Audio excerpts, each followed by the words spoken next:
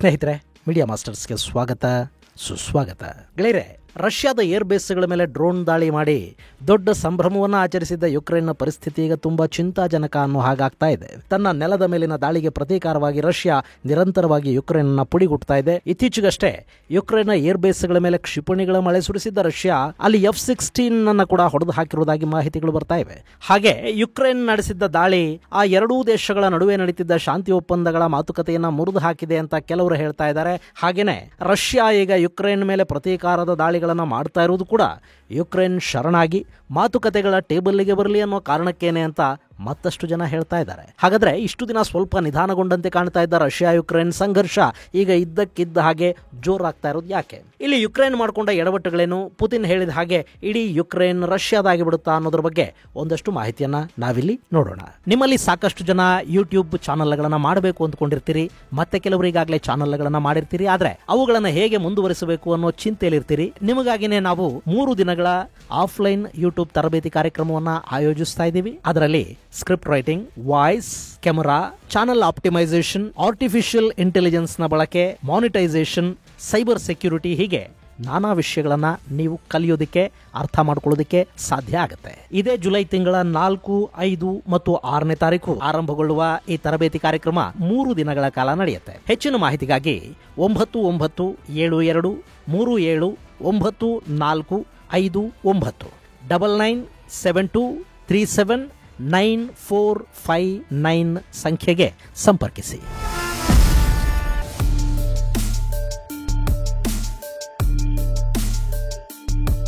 ಗೆಳೆಯರೆ, Russia Ukraine ಯುದ್ಧ 3 ವರ್ಷಗಳಾದರೂ ಮುಗಿತಿಲ್ಲ. ಯುಕ್ರೇನ್ನ 4 ಪ್ರಾಂತಗಳನ್ನು ವಶಪಡಿಸಿಕೊಂಡಿರುವ Russia ರಾಜಧಾನಿ ಕೀವ್ವರೆಗೆ ಬಂದು ನಿಂತಿದೆ. ಪ್ರತಿನಿತ್ಯ ಅವರು ಕಡಿಮೆ ಅಂದರೆ 100 ಮೀಟರ್ಗಳಷ್ಟು ಮುಂದಕ್ಕೆ ಬರ್ತಾ ಇದ್ದಾರೆ. ಹಾಗೇನೆ ರಷ್ಯಾದ ಕುರ್ಕ್ಸ್ ಪ್ರದೇಶದಲ್ಲಿನ ಒಂದಷ್ಟು ಭೂಭಾಗವನ್ನ ತನ್ನ ಹಿಡಿತದಲ್ಲಿಟ್ಟುಕೊಂಡಿರುವ ಯುಕ್ರೇನ್ ಅದನ್ನೇ ತನ್ನ ದೊಡ್ಡ ಗೆಲುವು ಅಂತ ಸಂಭ್ರಮಿಸ್ತಾ ಇದೆ. ಈ ರಷ್ಯಾ ಯುಕ್ರೇನ್ ನಡುವಿನ ಯುದ್ಧವನ್ನ ನಿಲ್ಲಿಸುವ ನಿಟ್ಟಲ್ಲಿ ಸಾಕಷ್ಟು ಜನ ಸಾಕಷ್ಟು ರೀತಿಯಲ್ಲಿ ಪ್ರಯತ್ನ ಮಾಡಿದ್ರು, ಆದ್ರೆ ಅದು ಸಾಧ್ಯ ಆಗಲಿಲ್ಲ. ಆದ್ರೆ ಇತ್ತೀಚೆಗೆ ಟರ್ಕಿಯ ಇಸ್ತಾನ್ಬುಲ್ ಅಲ್ಲಿ ಮಾತುಕತೆಗಳು ನಡೀತಾ ಇವೆ ಅನ್ನೋ ಸಂದರ್ಭದಲ್ಲಿ ಯುಕ್ರೇನ್ ಸರ್ಪ್ರೈಸ್ ಅಟ್ಯಾಕ್ ಅನ್ನು ಮಾಡ್ತು. ಅದಕ್ಕಾಗಿ ಡ್ರೋನ್ಗಳನ್ನ ಸ್ಮಗಲ್ ಮಾಡಿ ರಷ್ಯಾದ ಒಳಗೆ ತಗೊಂಡು ಹೋಗಿ ಅವರ ಏರ್ ಬೇಸ್ಗಳ ಹತ್ತಿರದಿಂದಲೇ ಕಂಟೈನರ್ಗಳ ಮೂಲಕ ಅವುಗಳನ್ನು ಹಾರಿಸಲಾಯಿತು. ಇಲ್ಲಿ ಈ ಡ್ರೋನ್ಗಳು ಗಡಿಯನ್ನ ದಾಟಿರಲಿಲ್ಲ, ಒಳಗೆ ಅಸೆಂಬಲ್ ಆಗಿ ಒಳಗಿಂದಲೇ ಹಾರಿದ್ವು. ಹೀಗಾಗಿ ಅವುಗಳನ್ನು ಗುರುತಿಸೋದ್ರಲ್ಲಿ ರಡಾರುಗಳು, ಏರ್ ಡಿಫೆನ್ಸು ವಿಫಲವಾಯಿತು. ಆದರೆ ಅವುಗಳನ್ನು ಅಲ್ಲಿನ ಒಂದಷ್ಟು ಭದ್ರತಾ ಸಿಬ್ಬಂದಿ ಗುರುತಿಸಿದ್ರು. ಅವರು ಅವುಗಳನ್ನು ಹೊಡೆದು ಹಾಕೋದಿಕ್ಕೆ ಪ್ರಯತ್ನವನ್ನ ಪಟ್ಟರಾದ್ರೂ ಆ ಕಾರ್ಯದಲ್ಲಿ ಸಂಪೂರ್ಣವಾಗಿ ಯಶಸ್ಸು ಸಿಗಲಿಲ್ಲ. ಹೀಗಾಗಿನೇ ಆ ಡ್ರೋನ್ಗಳು ರಷ್ಯಾದ ಒಂದಷ್ಟು ಬಾಂಬರ್ಗಳನ್ನ ಹೊಡೆದು ಹಾಕಿದ್ರು. ಇದು ಜಾಗತಿಕವಾಗಿ ರಷ್ಯಾಗೆ ಬಹುದೊಡ್ಡ ಹಿನ್ನಡೆ ಅಂತ ಅನ್ನಿಸ್ಕೊಂಡಿದ್ದಷ್ಟೇ ಅಲ್ಲದೆ ಯುಕ್ರೇನ್ ರಷ್ಯಾಗೆ ಮುಟ್ ನೋಡ್ಕೊಳ್ಳೋ ಹಾಗೆ ಕೊಟ್ಟಿದೆ ಅನ್ನೋ ಮಾತುಗಳು ಕೂಡ ವಿಪರೀತ ಪ್ರಮಾಣದಲ್ಲಿ ಕೇಳಿಬರೋದಕ್ಕೆ ಶುರುವಾಯಿತು. ಇನ್ನು ರಷ್ಯಾ ಇದನ್ನು ತುಂಬಾ ಸೀರಿಯಸ್ ಆಗಿ ತಗೊಳ್ತು.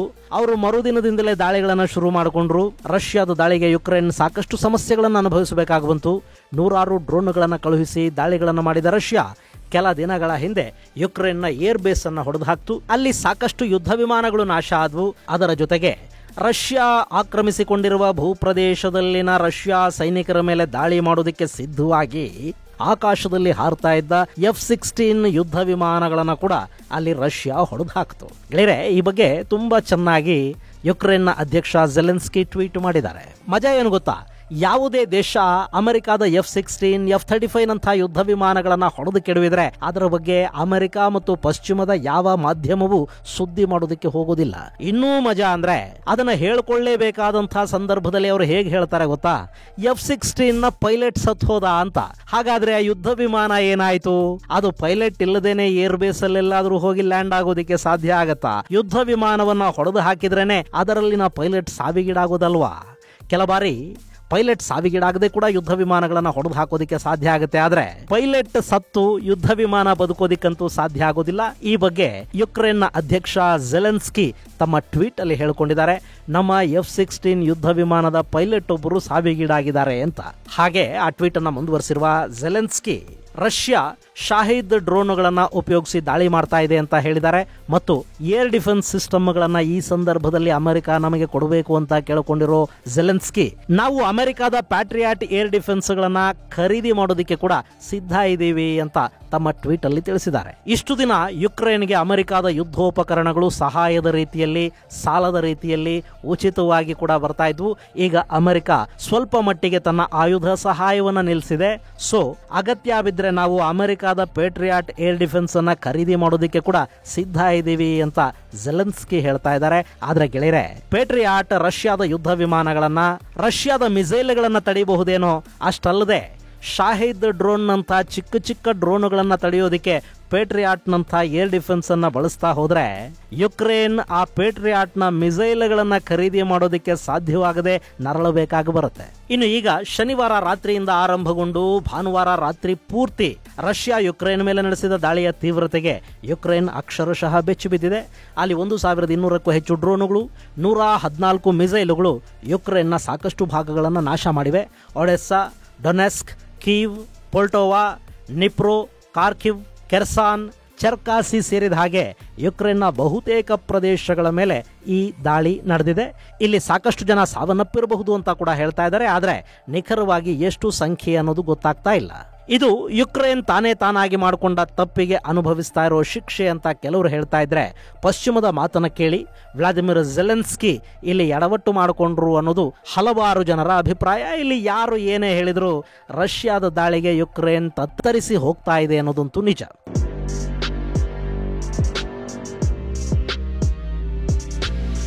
ಇನ್ನು ರಷ್ಯಾ ಇದ್ದಕ್ಕಿದ್ದ ಹಾಗೆ ಈ ಪರಿ ತನ್ನ ದಾಳಿಗಳನ್ನು ತೀವ್ರಗೊಳಿಸೋದರ ಹಿಂದೆ ಕೂಡ 2 ಕಾರಣಗಳಿವೆ.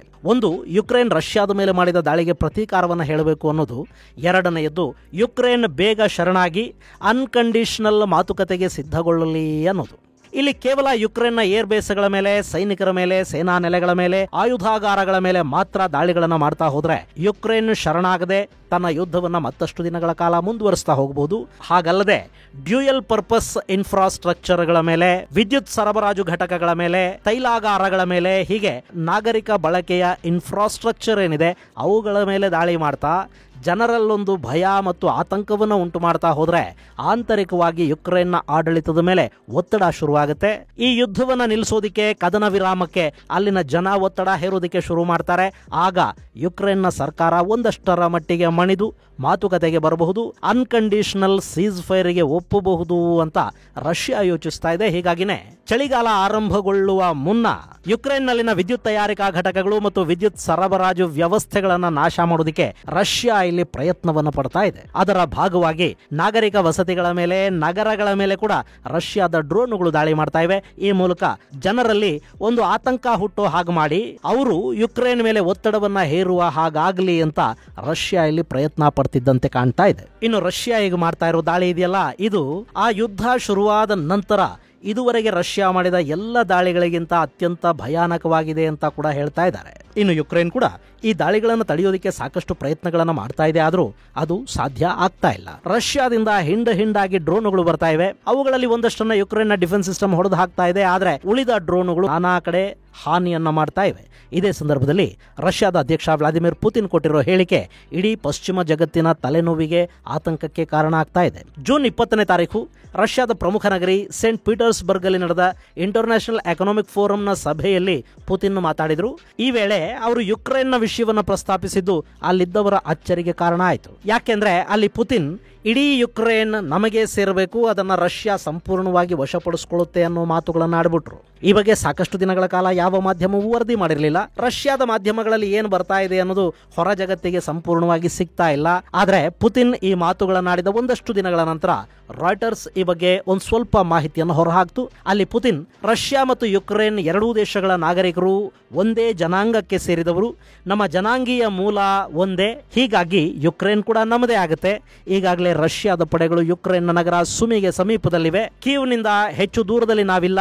ಈಗ ನಾವು ಯುರೋಪ್ ಹಾಗೂ ರಷ್ಯಾದ ನಡುವೆ ಒಂದು ಬಫರ್ ಝೋನ್ ಅನ್ನ ನಿರ್ಮಾಣ ಮಾಡಿಕೊಳ್ತಾ ಇದ್ದೀವಿ ಅಂತ ಹೇಳುವುದರ ಮೂಲಕ ಯುಕ್ರೇನ್ನ ರಾಜಧಾನಿ ಕೀವ್ನ ಹೆಬ್ಬಾಗಿಲಿಗೆ ರಷ್ಯಾದ ಸೇನೆ ಬಂದು ನಿಂತಿದೆ ಅನ್ನೋ ಸಂದೇಶವನ್ನ ಜಗತ್ತಿಗೆ ಕೊಟ್ಟರು. ಅದು ಯುಕ್ರೇನ್ ಮತ್ತು ಪಶ್ಚಿಮದ ದೇಶಗಳ ನಿದ್ದೆ ಕೆಡಿಸ್ತಾ ಇದೆ.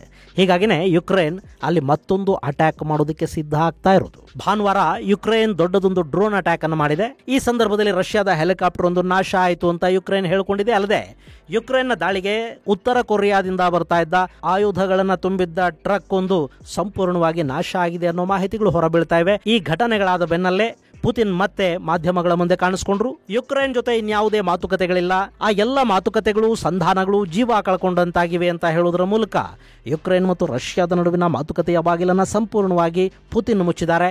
ಇದು ಸಂಘರ್ಷ ಮತ್ತಷ್ಟು ಹೆಚ್ಚಾಗುವ ಅನುಮಾನಗಳಿಗೆ ಕಾರಣ ಆಗ್ತಾ ಇದೆ. ಇನ್ನು ಇದೇ ಸಂದರ್ಭದಲ್ಲಿ ರಷ್ಯಾದ ಪಡೆಗಳು ಪೋಕ್ರೋಸ್ಕ್ ಪ್ರದೇಶವನ್ನ ತಮ್ಮ ಹಿಡಿತಕ್ಕೆ ತಗೊಳ್ಳೋದಕ್ಕೆ ಪ್ರಯತ್ನಗಳನ್ನು ಆರಂಭ ಮಾಡಿವೆ. ಈ ಪ್ರದೇಶವನ್ನ ಯುಕ್ರೇನ್ನ ಜೀವನಾಡಿ ಅಂತ ಹೇಳಿದ್ರೆ ತಪ್ಪಾಗುವುದಿಲ್ಲ.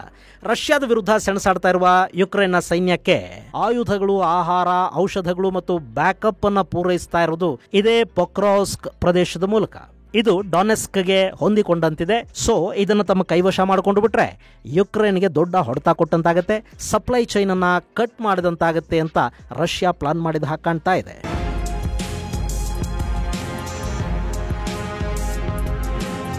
ಇನ್ನು ಇದರ ಜೊತೆಗೆ ಇಲ್ಲಿ ಮತ್ತೊಂದು ಗಮನಾರ್ಹ ಬೆಳವಣಿಗೆ ಕೂಡ ನಡೀತಾ ಇದೆ. ಇಲ್ಲಿ ಯುಕ್ರೇನ್ ಮತ್ತು ಅಮೆರಿಕಾದ ನಡುವೆ ಒಂದು ಮಿನರಲ್ಸ್ ಡೀಲ್ ಆಗಬೇಕಾಗಿತ್ತು.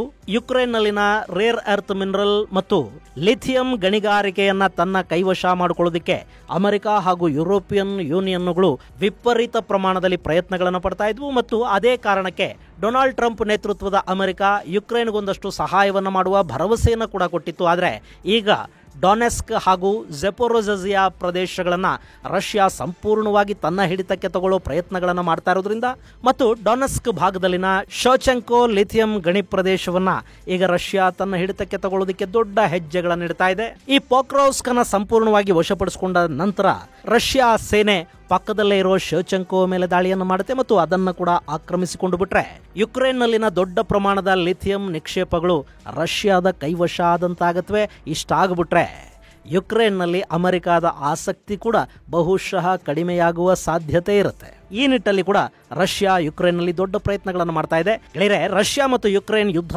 ಆರಂಭವಾದ ಸಂದರ್ಭದಲ್ಲೇ ರಷ್ಯಾ ಯುಕ್ರೇನ್ನ ನೈಪರ್ ನದಿಯ ಪೂರ್ವ ಭಾಗದಲ್ಲಿನ ಪ್ರದೇಶವನ್ನ ಸಂಪೂರ್ಣವಾಗಿ ತನ್ನ ಕೈವಶ ಮಾಡಿಕೊಂಡು ಈ ಯುಕ್ರೇನ್ ಅನ್ನ ಇಬ್ಬಾಗ ಮಾಡಿ ಈ ಇಡೀ ಪ್ರದೇಶವನ್ನ ತನ್ನ ಬಫರ್ ಝೋನ್ ಆಗಿ ಪರಿವರ್ತಿಸಿಕೊಳ್ಳುತ್ತೆ ಮತ್ತು ರಷ್ಯಾ ಹಾಗೂ ಕ್ರಿಮಿಯಾನ ಸಂಪರ್ಕಿಸೋದಕ್ಕೆ ಒಂದು ಭೂಮಾರ್ಗವನ್ನ ಕೂಡ ರಷ್ಯಾ ಈ ಭಾಗದಲ್ಲಿ ಮಾಡಿಕೊಳ್ಳುತ್ತೆ ಅನ್ನೋದನ್ನ ನಿಮಗೆ ಹೇಳಿದ್ದೆ. ಈಗ ಅದೇ ನಿಟ್ಟಲ್ಲಿ ರಷ್ಯಾ ದೊಡ್ಡ ಹೆಜ್ಜೆಗಳನ್ನು ಇಡ್ತಾ ಇದೆ. ನೈಪರ್ ನದಿಯ ಪೂರ್ವ ದಡದವರೆಗಿನ ಪ್ರದೇಶಗಳನ್ನು ಆಕ್ರಮಿಸಿಕೊಳ್ಳೋದಕ್ಕೆ ರಷ್ಯಾ ಪ್ರಯತ್ನಗಳನ್ನು ಮಾಡ್ತಾ ಇದೆ. ಇಲ್ಲಿ ನೀವು ತೆಳುಗೆಂಪು ಬಣ್ಣದಲ್ಲಿ ನೋಡ್ತಾ ಇದ್ದೀರಲ್ಲ, ಇದೆಲ್ಲ ಕೂಡ ಈಗಾಗಲೇ ರಷ್ಯಾದ ಹಿಡಿತದಲ್ಲಿರುವ ಭೂಪ್ರದೇಶ. ಹಾಗೆ ಹಳದಿ ಬಣ್ಣದಲ್ಲಿ ನೀವು ನೋಡ್ತಾ ಇರೋದು ರಷ್ಯಾ ತಾನು ವಶಪಡಿಸಿಕೊಂಡಿರೋದಾಗಿ ಕ್ಲೈಮ್ ಮಾಡಿಕೊಳ್ತಾ ಇರೋ ಭೂಭಾಗ. ಇನ್ನು ಗುಲಾಬಿ ಬಣ್ಣದಲ್ಲಿರೋ ಭೂಭಾಗ ಇದೆ ನೋಡಿ, ಇದು ರಷ್ಯಾದ ಪಡೆಗಳು ಈಗ ಸ್ವಲ್ಪವಾಗಿ ಆಕ್ರಮಿಸಿಕೊಂಡು ಹೋಗ್ತಾ ಇರುವ ಮತ್ತು ಯುಕ್ರೇನ್ನ ಸೇನೆಯೊಂದಿಗೆ ಕಾದಾಡ್ತಾ ಇರುವ ಭೂಪ್ರದೇಶ ಅದು. ಹಾಗೆ ನೀಲಿ ಬಣ್ಣದಲ್ಲಿ ನೀವು ನೋಡ್ತಾ ಇರೋ ಪ್ರದೇಶದಲ್ಲಿ ಯುಕ್ರೇನ್ ಹಾಗೂ ರಷ್ಯಾ ಸೇನೆಯ ನಡುವೆ ತೀವ್ರ ಮಟ್ಟದ ಸಂಘರ್ಷ ಉಂಟಾಗ್ತಾ ಇದೆ ಮತ್ತು ಅಲ್ಲಿ ಯುಕ್ರೇನ್ನ ಸೇನೆ ರಷ್ಯಾಗೊಂದಷ್ಟು ಪ್ರತಿರೋಧವನ್ನ ಒಡ್ಡುತ್ತಾ ಇರೋ ಭೂಪ್ರದೇಶ ಅದು ತುಂಬಾ ಕಡಿಮೆ ಇದೆ. ಉಳಿದಂತೆ ರಷ್ಯಾ ಯುಕ್ರೇನ್ನ ಬಹುತೇಕ ಭೂಭಾಗವನ್ನ ಆಕ್ರಮಿಸಿಕೊಂಡಿದೆ. ಝೆಪೊರೋಜಿಯಾ, ಡೊನೆಸ್ಕ್ ನ ಒಂದಷ್ಟು ಭೂಭಾಗ, ಲುಹಾನ್ಸ್ಕ್ ಪ್ರದೇಶ, ಹೀಗೆ ಯುಕ್ರೇನ್ನ ರಷ್ಯಾದ ಗಡಿಗಂಟಿಕೊಂಡ ಪೂರ್ವ ಭಾಗ ಏನಿದೆ ಅದು ಈಗಾಗಲೇ ರಷ್ಯಾ ಸೇನಾಪಡೆಯ ಹಿಡಿತಕ್ಕೆ ಸಿಕ್ಕಿದೆ. ಇನ್ನು ನೈಪರ್ ನದಿಯವರೆಗಿನ ಭೂಪ್ರದೇಶವನ್ನ ಅವರು ಆಕ್ರಮಿಸಿಕೊಳ್ಳುವ ನಿಟ್ಟಲ್ಲಿ ದೊಡ್ಡ ಪ್ರಯತ್ನಗಳನ್ನು ಆರಂಭ ಮಾಡಿದ್ದಾರೆ. ಅಷ್ಟರ ಒಳಗೆ ಅಲ್ಲೊಂದು ಸಂಧಾನ ಸಾಧ್ಯವಾದರೆ ಮಾತ್ರ ಯುಕ್ರೇನ್ನ ಉಳಿದ ಭೂಪ್ರದೇಶ ಯುಕ್ರೇನ್ನ ಕೈಯಲ್ಲಿ ಉಳಿಯುತ್ತೆ.